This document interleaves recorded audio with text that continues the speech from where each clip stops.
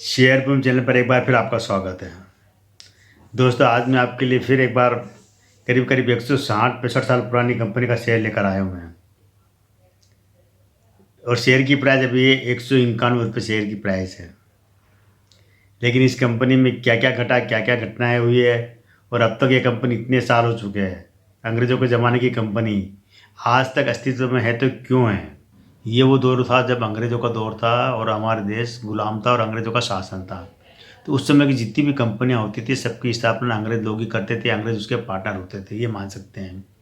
उसी में से एक ये कंपनी जिसका नाम है ग्रीस कॉटन। हालाँकि कॉटन शब्द से आपको ये लगेगा कि ये कंपनी कॉटन बनाती है या धागे बनाती है, कपड़े बनाती है, पर इससे कोई बात नहीं, ये कंपनी ये काम करती नहीं है। ये कॉटन शब्द इसलिए जुड़ा हुआ कि इसके जो संस्थापक थे, जो उसमें से एक का सरनेम कॉटन था। जेम्स ग्रीस और जॉर्ज कॉटन, ये 2 व्यक्ति थे, दोनों मिलकर इस कंपनी की स्थापना की थी। इन्होंने अपने सरनेम जो ग्रीस और कॉटन इसी के नाम से कंपनी का नाम रख दिया था। तब से कंपनी चली आ रही है और उसके बाद में देखा जाए तो ये करीब 47 तक इस कंपनी को अंग्रेज़ों ने चलाया। उसके बाद में क्या हुआ था, देश आज़ाद होने के बाद जब अंग्रेज़ लोग यहाँ से जाने लगे, अपने सारा कारोबार समेट कर या जिसके हाथ में बेच-बचा कर यहाँ से निकलने लगे। उस समय हमारे यहाँ के जो उद्योगपति थे, जो लाला करमचंद थापर, वो जाने-माने उद्योगपति रहे। उनके कई तरह के बिज़नेस है, कॉटन का बिज़नेस है, कपड़े का वगैरह के ऊपर का, और इलेक्ट्रिक वगैरह के कई तरह के बिज़नेस है। उन्होंने इस कंपनी को खरीद लिया जिसका नाम था ग्रीस कॉटन, लाला करमचंद थापर ने। आपको मैंने एक वीडियो में बताया था कि करमचंद थापर वो व्यक्ति रहे जिन्होंने कि हमारे देश में सबसे पहले पिक्चर ट्यूब निर्माण का कारखाना लगाया था। तो ये उसी से जुड़ी कंपनी है और इसका जो अधिग्रहण इन्होंने किया था करमचंद थापर ने, जिसका नाम है ग्रीस कॉटन। उसके बाद से लेकर आज तक ये कंपनी इन्हीं के हाथ में है।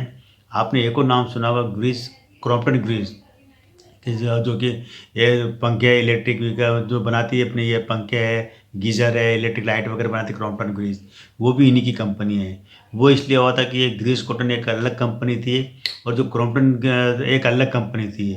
उस कंपनी को वो नीदरलैंड का एक कंपनी थी, उसको उन्होंने पहले अधिग्रहण कर लिया था जिसका नाम था क्रॉम्पटन। तो क्रॉम्पटन शब्द इसके साथ जुड़ गया था, बाद में क्या क्रॉम्पटन ग्रीस के नाम से कंपनी चल गई। और ये जो ग्रीस कॉटन है, ये कंपनी अलग है, मतलब कह सकते हैं परिवार की। लेकिन यहाँ पर क्या होता है कि वो कंपनी इलेक्ट्रिक आइटम बनाती है और ये कंपनी जो ग्रीस कॉटन है, ये हैवी मशीनरी और इंजीनियरिंग का काम करती है। मतलब ये कंपनी जैसे डीजल इंजन बनाती है, पेट्रोल इंजन बनाती है, केरोसिन से चलने वाले जो इंजन होते हैं या जो जेनसेट वगैरह होते हैं, पंप, खेतों में चलने वाले पंप, वो बनाती कंपनी है। इसके अलावा कई तरह के जो काम है वो करती है, ऑटोमेटिव इंजन बनाती है, कृषि उपकरण बनाती है, बिजली उपकरण बनाती है, तमाम तरह के काम ये कंपनी करती है। कह सकते हैं मशीनरी का काम है, हैवी इंजीनियरिंग का काम करती है कंपनी। कंपनी अच्छे हाथों में है, कंपनी में कोई बड़ी दिक्कत नहीं है किसी भी प्रकार का।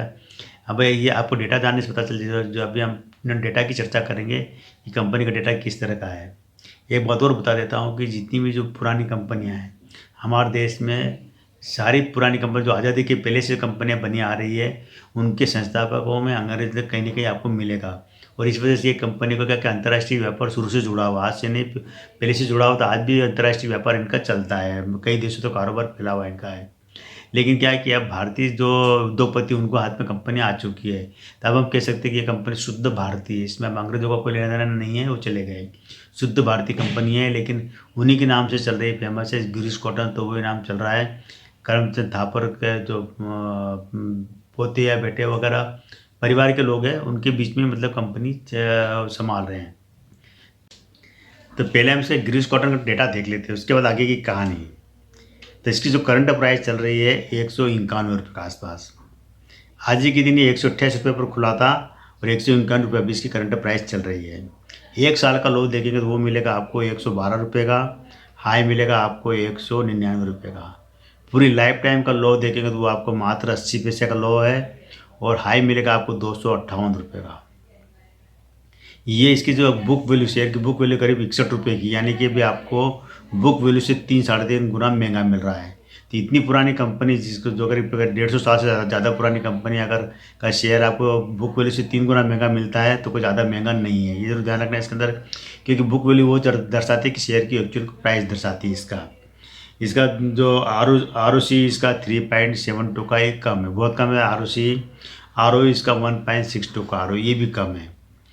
फेस वैल्यू इसकी 2 रुपये हो चुकी, कंपनी का शेयर स्प्लिट हो चुका, पहले 100 रुपये से 10 रुपये की थी, बाद में 10 रुपये से 2 रुपये कर दी, 2 बार शेयर स्प्लिट हो चुका है। कंपनी अपने निवेशकों को बोनस देती है, हर बार 2 शेयर पर 1 शेयर का बोनस अभी तक 6-7 बार कंपनी बोनस भी दे चुकी है, यानी बोनस देने में कंपनी अच्छी है। साथ ही कंपनी डिविडेंड भी देती है, हर साल डिविडेंड 2-2, 3-3 रुपये का डिविडेंड भी देती है, यानी कंपनी अपने निवेशकों को ध्यान रखने वाली कंपनी है। इसका जो सेक्टर पी है वो करीब 50 रुपये के आसपास सेक्टर पी है, तो थोड़ा सा रिस्की बन जाता है। 50 रुपये सेक्टर पी थोड़ा रिस्की बना देता है इसका। और इसका जो EPS है वो -5.5 का EPS, ये भी थोड़ा एक नेगेटिव बन जाता है। शेयर ग्रोथ हम देखेंगे इसकी जो 10 साल में 4% की रही और 5 साल में 5% की। प्रॉफिट ग्रोथ -14% रही 10 साल में और -31% रही है 5 साल में, यानी प्रॉफिट ग्रोथ की कमी है, क्योंकि इतनी पुरानी कंपनी होने के बावजूद कंपनी को ज़्यादा शेयर में बढ़ोतरी नहीं हुई। देखिए, मान सकते हैं कि प्रॉफिट ग्रोथ कम है कंपनी की, मार्केट कैप भी ज़्यादा नहीं है, 4,500 करोड़ का मार्केट कैप है इसका। उस हिसाब से इतनी पुरानी कंपनी के बावजूद अगर 4,500 का मात्र मार्केट कैप है, तो थोड़ा सोचने बनता है कि कंपनी इतने साल लगाने के बाद भी उस लेवल पर नहीं पहुंची जहां पर टाटा जैसे ग्रुप पहुंच चुके हैं। CAGR इसका है 3% का है 10 साल में, और 5 साल में 7% का CAGR। लाभांश 10% का रहा है 10 साल में, और 5 साल में 5% का रहा है इसके अंदर। अगर हम देखेंगे इसके अंदर जो रिजल्ट है, रेवेन्यू क्या रहा है इनका, पहले हम क्वार्टरली रेवेन्यू देखेंगे, उसके बाद सालाना। तो क्वार्टरली में सितंबर 2023, दिसंबर 2023, मार्च 2024 और जून 2024, हम 4 क्वार्टर का रिजल्ट देखेंगे। एक चीज़ और बता देता हूँ कि अभी जो इनको इलेक्ट्रिक व्हीकल के अंदर मंजूरी भी मिल गई है, अभी इलेक्ट्रिक व्हीकल लॉन्च करेंगे, मतलब चाहे 3 व्हीलर है, 2 व्हीलर, इस तरह की चीज़ें मतलब बनाने के लिए पूरी तैयारी कब से चल रही, काफ़ी समय से तैयारी चलेगी, और अब कह सकते हैं कि अब ये इलेक्ट्रिक व्हीकल मार्केट में उतारे हैं। तो सितंबर 2023 में इनका जो रेवेन्यू रहा था वो 726 करोड़ 90 लाख का रेवेन्यू रहा था। 680 करोड़ 79 लाख रुपए इनके खर्च हुए हैं, और इनको घाटा गया था 374 करोड़ 59 लाख का इनको घाटा हुआ था। सितंबर 2023 की बात है। कंपनी देख लो जब कितना ज़बरदस्त घाटा उठाया है, जितना रेवेन्यू आया उसका आधा कंपनी के ऊपर घाटा ही है हुआ। दिसंबर 2023 में 665 करोड़ का रेवेन्यू आया, 665 करोड़ 38 लाख का। 630 करोड़ 2 लाख रुपए खर्चा हुआ, और 45 करोड़ 60 लाख रुपए का इनको प्रॉफिट हुआ है। दिसंबर 2023 में इनको प्रॉफिट में कंपनी पहली बार। मार्च 2024 में 672 करोड़ 53 लाख का रेवेन्यू आया, खर्चा हुआ 648 करोड़ 79 लाख का। यहाँ पर कंपनी को फिर 13 करोड़ 49 लाख का घाटा हुआ, मतलब 13.5 करोड़ का घाटा हुआ कंपनी को। जून 2024 यहाँ पर 639 करोड़ 70 लाख रुपए का कंपनी को रेवेन्यू आया, 612 करोड़ 41 लाख रुपए खर्चा हुआ, और 16 लाख रुपए का फिर नुकसान हुआ। कंपनी के 4 क्वार्टर में से केवल 1 क्वार्टर में कंपनी ने कमाया और 3 क्वार्टर में गंवाया पैसा। इसलिए मैंने कहा कंपनी इतने बहुत स्लो आगे बढ़ रही है, अच्छे हाथों में होने के बावजूद भी। जबकि इसी ग्रुप की एक जो कंपनी है क्राम्पटन ग्रीव्स, वो अब काफ़ी बुलंदियों पर उसका शेयर है। अब हम सालाना रेवेन्यू देख लेते हैं, सालाना 2021, 22, 23 और 24।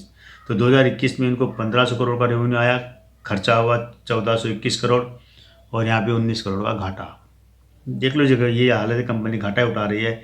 2022 में 1710 करोड़ का रेवेन्यू आया, 1685 करोड़ रुपए का खर्चा हुआ, और 35 करोड़ का घाटा, फिर घाटा हुआ मतलब वापस।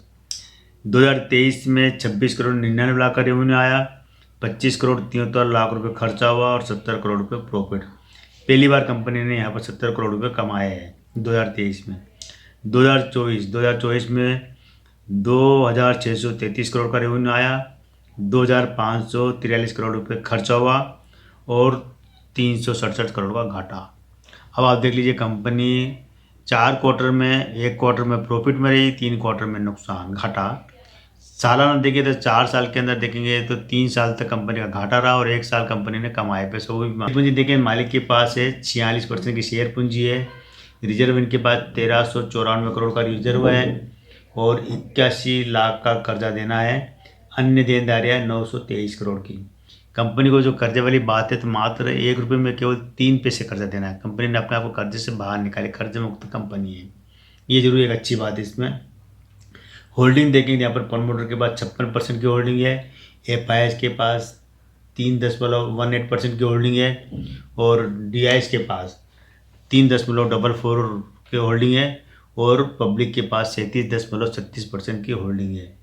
यानी यहाँ पर प्रमोटर के पास अच्छी होल्डिंग 56%, एक भी शेयर का मालिक ने गिरवी रखा हुआ नहीं है। कर्जा ही नहीं है तो गिरवी रखने की जरूरत ही नहीं है। अब इनके बाद देखा जाए तो जो टोटल देनदारियाँ कितनी बनती है, इनको 2,444 करोड़ की देनदारियाँ बनती है। इनके पास 825 करोड़ की संपत्ति है।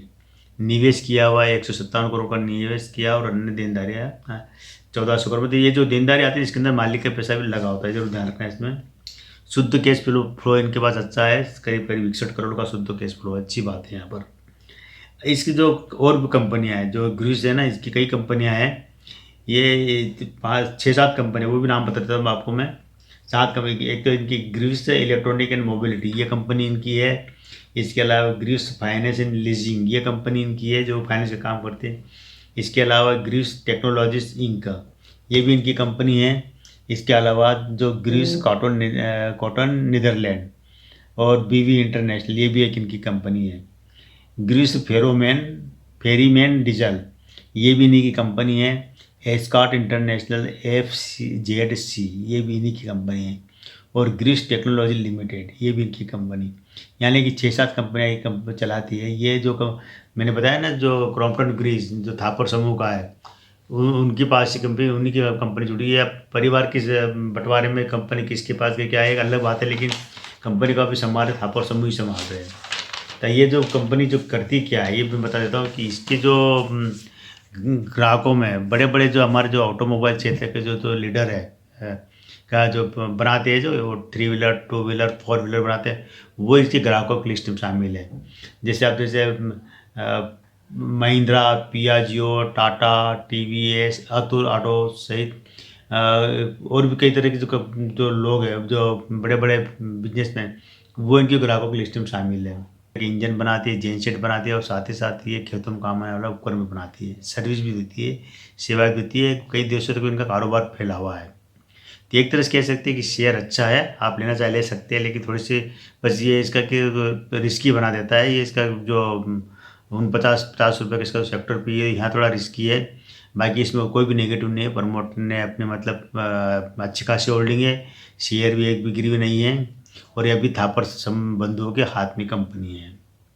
इस कंपनी का देखा जाए तो इतने साल के बाद भी अगर इस प्राइम शेयर मिला तो अच्छी बात है आपको कि भविष्य इसका उज्ज्वल, क्योंकि धीरे जो अपने इलेक्ट्रिक व्हीकल की तरफ कदम बढ़ाया है, तो इससे आपको कंपनी फ़ायदा हो, कंपनी फ़ायदा हुआ तो कंपनी डिविडेंड बोनस आपको आगे भी देगी, पहले भी देती रही, पहले भी कंपनी ने अपने यूज़र्स को मालामाल किया है।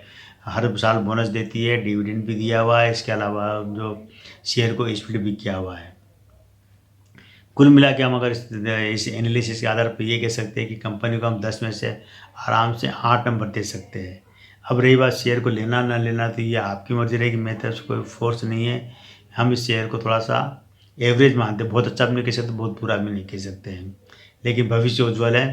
तो आज के दोस्तों इतना ही, कल फिर मिलेंगे अपने नए वीडियो के साथ, नई जानकारी के साथ। तब तक इस चैनल पर बने रहिए, शेयर कीजिए, सब्सक्राइब कीजिए।